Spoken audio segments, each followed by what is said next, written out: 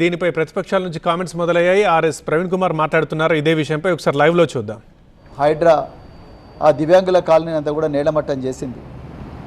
అదేవిధంగా సున్నం చెరువులో కూకట్పల్లిలో పేదవాళ్ళందరూ కూడా ఎక్కడెక్కడి నుండో వచ్చి ప్రభుత్వం దగ్గర నుంచి పర్మిషన్లు తీసుకుంటే రాత్రికి రాత్రి పోయి అక్కడ కూడా ఎన్నో భవనాలను లేకపోతే గుడిసెలను నేలమట్టం చేశారు హైడ్రా అధికారులు. ఇక మీకు అదేవిధంగా అమీన్పూర్ దగ్గర కూడా అదేవిధంగా ఎన్నో బిల్డింగులు నేలమట్టం చేసిండ్రు. అదేవిధంగా వీళ్ళ నుంచి స్ఫూర్తి తీసుకొని వెలుగుమట్లలో ఖమ్మంలో అయితే ఖమ్మంలో వెలుగుమట్లను గాజాలాగా నేలమట్టం చేసిండ్రు మరి ఈ కాంగ్రెస్ నాయకులు హైడ్రా అధికారులు. అట్లా ఎన్నో వందలాది వేలాది ఇళ్లను మరి నేలమట్టం చేసిన ఘోరమైన క్రూరమైన చరిత్ర ఈ హైడ్రాకున్నది. ఇక మిత్రులారా, ఈరోజు గౌరవ హైకోర్టు ఏ స్థాయిలో ఆర్డర్లు ఇచ్చిందంటే 63 కోర్టు ధిక్కరణ ఆదేశాలు ఇలా మరి హైడ్రా కమిషనర్ మీద ఉన్నాయంటే మీరు అర్థం చేసుకోండి ఈ రాష్ట్రంలో ఎంత అరాచక పాలన నడుస్తున్నదో. ఈరోజు హైడ్రా అసలు జీవో 99లో ఏం చెప్పిండ్రు, ఈ రాష్ట్రంలో మరి ముఖ్యంగా హైదరాబాదు మహానగరంలో ఏమైనా విపత్తులు సంభవించినా, పెద్ద ఎత్తున వరదలు వచ్చినా, లేకపోతే అగ్ని ప్రమాదాలైనా, లేకపోతే ఇంకేవైనా సమస్యలున్నా కూడా వాటన్నిటికీ మరి హైడ్రా ఉండాలి. కానీ అవన్నీ పక్కకు పెట్టి కేవలం చెరువుల సంరక్షణ పేరుతో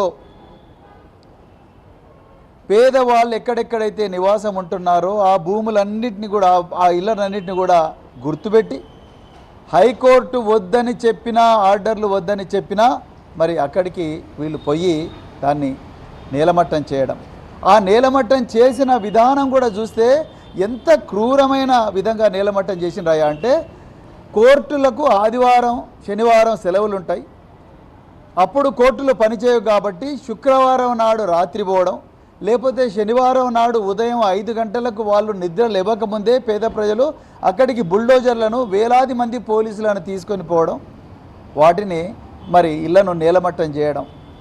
కొన్ని చోట్లయితే పిల్లలు చదువుకునే పుస్తకాలను నాశనం చేసిండ్రు.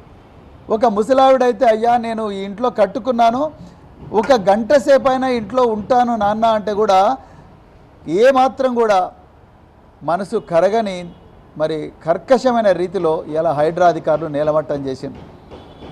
మరి వీళ్ళు సున్నం చెరువును కాపాడుతామన్నారు, బతుకవ కుంటను కాపాడుతామన్నారు, అట్లా అమీన్పూర్ చెరువును కాపాడుతామని చెరువుల పేరు మీద రియల్ ఎస్టేట్ దందాకు మరి తోడ్పాటిచ్చే విధంగా రేవంత్ రెడ్డి యొక్క రియల్ ఎస్టేట్ ధనదాహానికి తోడ్పాటిచ్చే విధంగా మరి హైడ్రా అధికారులు మరి చేసిండ్రు.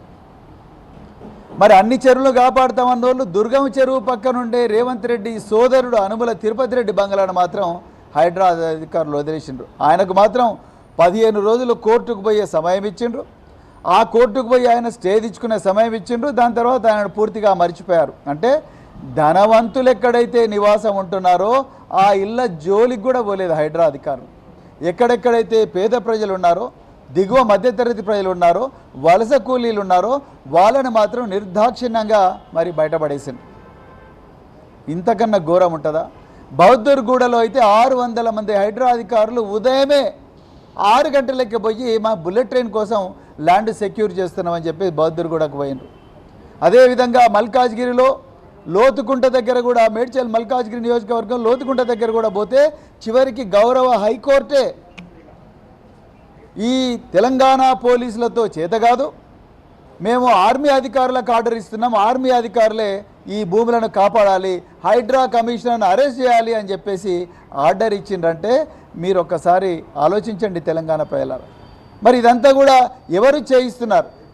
ఇవాళ రంగనాథ్ గారు, రేపు ఇంకొక అధికారి వస్తాడు, కానీ ఇక్కడ చేయిస్తున్నది ఎవరు? ఈ హైడ్రా ఎవరి డిపార్ట్మెంట్ కింద ఉంటుంది? రేవంత్ రెడ్డి గారి మున్సిపల్ అడ్మినిస్ట్రేషన్ అంటే పట్టణాభివృద్ధి మరి నగర పాలక సంస్థలు అయితే మున్సిపల్ మరియు పట్టణాభివృద్ధి శాఖ ఏదైతే ఉందో ఆ శాఖలో కీలకమైన భాగంగా ఈ హైడ్రా ఉన్నది. ఇలా రేవంత్ రెడ్డిగా ఈ హైకోర్టు ఇచ్చిన తీర్పు అనేది రేవంత్ రెడ్డికి ఒక పెద్ద చెంప దెబ్బ. రేవంత్ రెడ్డి గారు మీకు ఏ మాత్రం కూడా తెలంగాణను పరిపాలన చేసే నైతిక హక్కు లేదని ఈరోజు గౌరవ హైకోర్టు ఇచ్చిన తీర్పు ద్వారా తెలిసిపోయింది. ఎవరైనా 1,00,000 మంది పోలీసులున్న ఈ రాష్ట్రంలో, అదేవిధంగా ఆ రాష్ట్రానికి హోంమంత్రి అయిన మీరు